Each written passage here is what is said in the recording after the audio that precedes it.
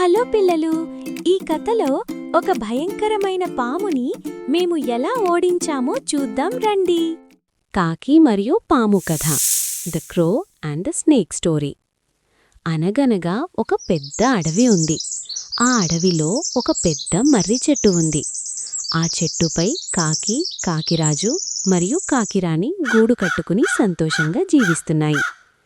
కాకిరాణి ప్రతి సంవత్సరం గుడ్లు పెడుతుంటే కాకిరాజు చాలా జాగ్రత్తగా వాటిని కాపాడుతుండేది. ఆ చెట్టు మొదలులో, అంటే కాకి గూడుకు కొంచెం కింద, ఒక పెద్ద నల్లటి పాము కూడా నివసిస్తూ ఉండేది. ఆ పాము చాలా దుష్టమైనది మరియు అతి క్రూరమైనది. కాకిరాణి ఎప్పుడు గుడ్లు పెట్టినా ఆ పాము చెట్టు ఎక్కివచ్చి ఆ గుడ్లను మింగేసేది, లేదా పొదిగిన తర్వాత వచ్చే చిన్న పిల్ల కాకులను తినేసేది. దీనివల్ల కాకిరాజు, కాకిరాణి చాలా దుఃఖపడేవి. ఈ దుష్ట పాము వల్ల మాకు పిల్లలు లేకుండా పోతున్నాయి అని ఏడ్చేవి. ఒకరోజు కాకిరాజు మరియు కాకిరాణి తమ బాధను గురించి ఒక తెలివైన నక్క స్నేహితుడికి చెప్పాయి. నక్క అన్ని విషయాలు విని కొద్దిసేపు ఆలోచించి ఇలా అంది. మిత్రమా, నువ్వు ఆ పామును బలంతో ఓడించలేవు. ఎందుకంటే నువ్వు చిన్న పక్షివి, అది పెద్ద పాము. నువ్వు నీ తెలివి ఉపయోగించాలి. ఒక మంచి ఉపాయం చెప్తాను, జాగ్రత్తగా విను. ఉపాయమేమిటో కాకిరాజుకు వివరించింది.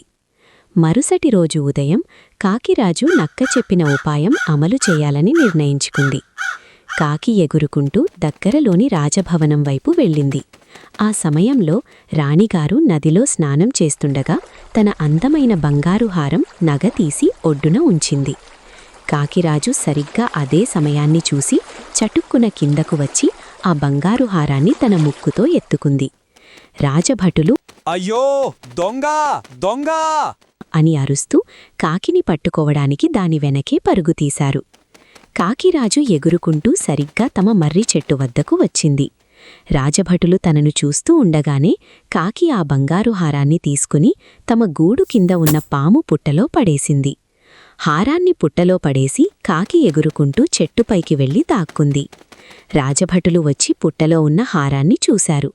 హారం లోపల నుండి చిన్నగా పాము శబ్దం వినిపించింది.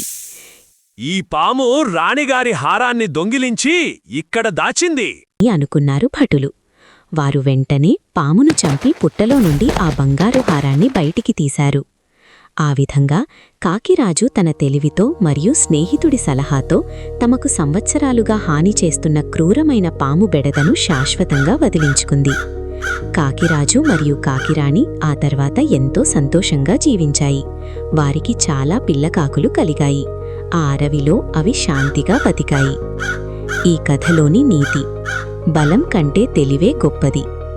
బాగుంది కదా పిల్లలు? మరిన్ని వీడియోస్ కోసం ఇప్పుడే మా ఛానల్ను సబ్స్క్రైబ్ చేసుకోండి.